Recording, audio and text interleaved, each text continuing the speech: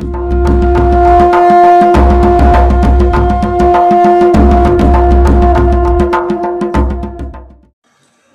मित्रांनो, मी अनिल घनवट, स्वतंत्र भारत पक्षाचा राष्ट्रीय अध्यक्ष, शेतकरी संघटनेचा माजी अध्यक्ष.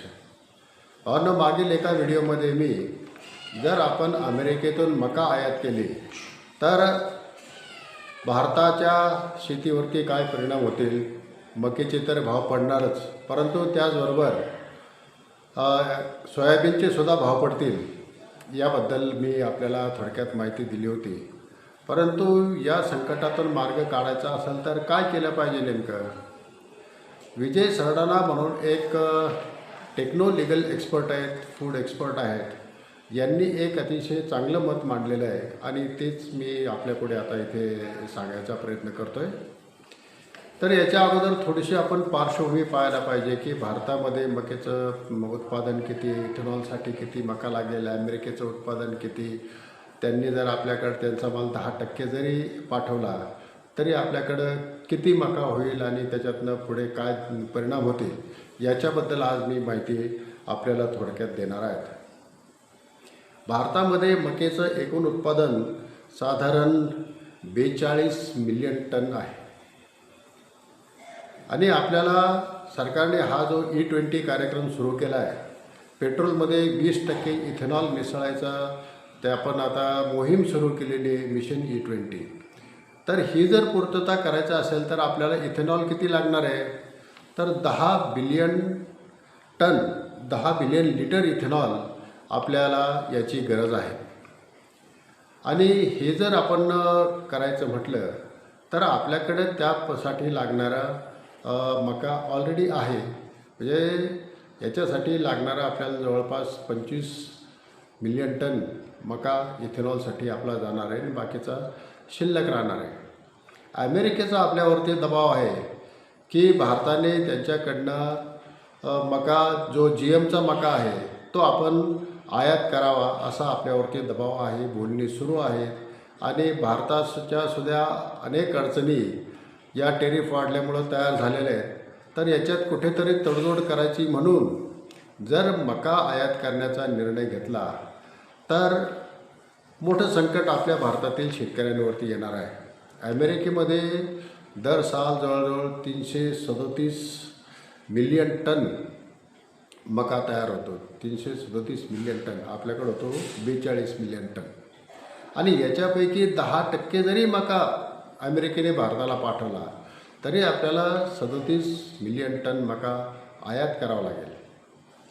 बरं, हा मका आयात केला तर मक्याचे तर भाव पडणारच, त्याच्याबरोबर त्याच्यामध्ये मक्यापासून इथेनॉल तयार केल्यानंतर जो सॉलिड पदार्थ शिल्लक राहतो त्याला DDGS म्हणतात. या DDGSचं काय करायचं हा खरा प्रश्न आहे. मुळात भारताने इथेनॉल मक्यापासून तयार करायचा निर्णय का घेतला, तर मक्याच्या शेतकऱ्यांना चांगले दर मिळत नव्हते आणि मक्याचा खप वाढला पाहिजे म्हणून मक्यापासून इथेनॉल तयार करण्याला परवानगी दिली. पहिले फक्त आपण मळीपासून, ऊसाच्या रसापासून इथेनॉल तयार करत होतो. आता जर आपण या 25 मिलियन टन मक्यापासून भारतीयच आयात न केलेलं आहे, पण भारतामध्ये जर आपण 25 मिलियन टन मका क्रश करून त्याचं इथेनॉल तयार केलं तर त्याच्यातून आपल्याला जवळपास 30% DDGS जे तयार होतं, हे 30% DDGS म्हणजे 8 मिलियन टन DDGS आपल्या देशामध्ये तयार होणार. आणि हे 8 मिलियन टन DDGSचं करायचं काय. हे DDGS हे प्रथिनं याच्यामध्ये चांगली असतात, हाय प्रोटीन्स असतात, म्हणून पोल्ट्री फीडमध्ये किंवा कॅटल फीडमध्ये, डेअरी इंडस्ट्रीमध्ये जनावरांना जास्त प्रथिने मिळावे म्हणून याचा वापर केला जातो. आता सध्या भारतामध्ये आपण जे प्रथिनाचा सोर्स आपण देतो, प्रोटीनचा सोर्स, तो आहे सोयाबीनची पेंड. ही सोयाबीनची पेंड आता सध्या मार्केटमध्ये पशुखाद्यामध्ये, पोल्ट्री खाद्यामध्ये वापरली जाते. हे जे 8 मिलियन टन DDGS तयार होणार आहे, याचं काय करायचं हा प्रश्न आहे. सोयाबीनला हा स्वस्त पर्याय उपलब्ध झाला तर सोयाबीनचे पेंडीचे दर पडणार आणि पर्यायाने सोयाबीनचे सुद्धा दर पडणार आहे. म्हणजे मक्याबरोबर सोयाबीनच्या सुद्धा शेतकऱ्यांचा याच्यामध्ये घात होणार आहे. आणखी एक गोष्ट आहे की आपण अमेरिकेकडनं हे जर आयात केलं तर त्याच्यापासून इथेनॉल करण्यासाठी एक एन्झाईम वापरावं लागतं. आणि हे एन्झाईमसुद्धा आपण आता आयात करतो, ते सुद्धा अमेरिकेकडनं किंवा चीनकडनं. म्हणजे याचंसुद्धा परावलंबित्व आपलं अमेरिकेकडे आणि चीनकडे जाऊ शकतं. याचा एक आणखी दुष्परिणाम आपल्याला याच्यामध्ये भोगावं लागणार आहे. त्याच्यात आणखी अफ्लाटॉक्सिनची मात्रा किती आहे? अफ्लाटॉक्सिन हे हानिकारक समजलं जातं मानवासाठी किंवा प्राण्यांसाठी. जर त्याची मात्रा जास्त असेल तर ते सुद्धा आपल्या जनावरांना देणं घातक होईल. किंवा आपल्याकडे DDGS जास्त झालं म्हणून त्याची निर्यात केली तर ते निर्यातीला सुद्धा प्रॉब्लेम आहे. कारण इंटरनॅशनल जे स्टँडर्ड्स आहेत त्याच्यामध्ये अफ्लाटॉक्सिनचं प्रमाण जर जास्त असेल तर ते सुद्धा रिजेक्ट होऊ शकतं. म्हणजे अफ्लाटॉक्सिनची एक मात्रा त्याच्यामध्ये जास्त असेल तर आपण ते निर्यातही करू शकणार नाही आणि आपल्या देशातल्या जनावरांना, कोंबड्यांना, गायांना, म्हशींना ते आपण देऊ शकणार नाही. अशी परिस्थिती सगळी निर्माण होणार आहे. तर याला उपाय काय? तर आपल्याला अमेरिकेबरोबर संबंध ठेवायचे असतील तर काही ना काही तर तडजोड आपलं सरकार करणारच आहे, करावंच लागेल त्यांना, त्याच्याशिवाय मार्ग नाही. पण नेमकं काय केलं पाहिजे?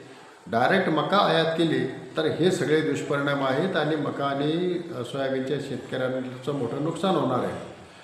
परंतु जर आपण अमेरिकेला असा जर पर्याय दिला की तुम्ही आम्हाला मका पाठवू नका, परंतु आम्हाला जे लागतं तेवढं इथेनॉल डायरेक्ट पाठवा.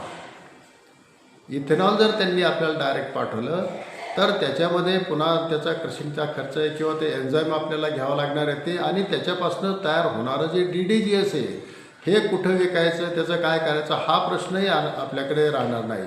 अमेरिकेमध्ये तिथं वराह पालन होतं, डुकरं पाळली जातात, त्यांना ते पाठवतात, तिथल्या डेअरीमध्ये, पोल्ट्रीमध्ये तिकडे ते वापरू शकतात किंवा ते निर्यातही करू शकतात. भारताला त्याचा काही धोका राहणार नाही. आणि याच्यामुळे त्या DDGSमुळे सोयाबीनच्या पेंडीच्या दरावरती जो परिणाम होणार आहे तो परिणामसुद्धा होणार नाही आहे. तर हा एक चांगला मध्यम मार्ग आहे. जर अशा पद्धतीने सरकारने मका आयात करण्याच्या ऐवजी डायरेक्ट इथेनॉल जर अमेरिकेकडनं घेतलं, म्हणजे सरकारला तडजोड करायची वेळ आली तर मका आयात करण्यापेक्षा इथेनॉल आयात केलं तर आपल्याला लागेल तेवढंच इथेनॉल घ्यावं, तेही आपल्या मक्याच्या शेतकऱ्यांवरती काही त्याचा दुष्परिणाम होणार नाही, मक्याचे भाव कोसळणार नाहीत. कारण तिकडनं स्वस्त मका यायला लागले किंवा इथेनॉल यायला लागलं तरीसुद्धा इथल्या मक्याचे भाव पडू शकतात. आपल्या गरजे इतकं इथेनॉल फक्त आपण आयात करावं आणि त्याच्यापासून तयार होणारं DDGS ते अमेरिकेतच ठेवा. त्याचं काय करायचं ते तिकडं करा. त्याला एन्झाईम कोणतं वापरायचं तुम्ही तिकडनंच घ्या, तुम्हीच वापरा, आमच्यावरती तो बोजा नको. अशा पद्धतीने जर भारताने अमेरिकेबरोबर करार केला तर आपल्या देशातला मक्याचा शेतकरी वाचेल, आपल्या देशातला सोयाबीनचा शेतकरी वाचेल आणि एकूणच ही जे ऑइलसीड इंडस्ट्री आहे आणि इथेनॉल इंडस्ट्री आहे याच्यावरती एक मोठे उपकार होतील. आणि हे सगळे शेतकरी, ऊसाच्या शेतकऱ्यावरती सुद्धा याचा दुष्परिणाम होऊ शकतो. जर डायरेक्ट अशा पद्धतीने स्वस्तात मका जर उपलब्ध झाली तर हे सगळे दुष्परिणाम होऊ शकतात. हे होऊ नये म्हणून भारताने मका आयात करण्यापेक्षा अमेरिकेकडनं गरज आहे तेवढंच इथेनॉल जर आयात केलं तर हा प्रश्न बऱ्यापैकी सुटू शकतो असं मला वाटतं. भावांनो, अशाच पद्धतीची माहिती मिळवण्यासाठी या चॅनलला सबस्क्राईब करा, लाईक करा, आपल्या मित्रांमध्ये शेअर करा एवढी विनंती करतो. धन्यवाद.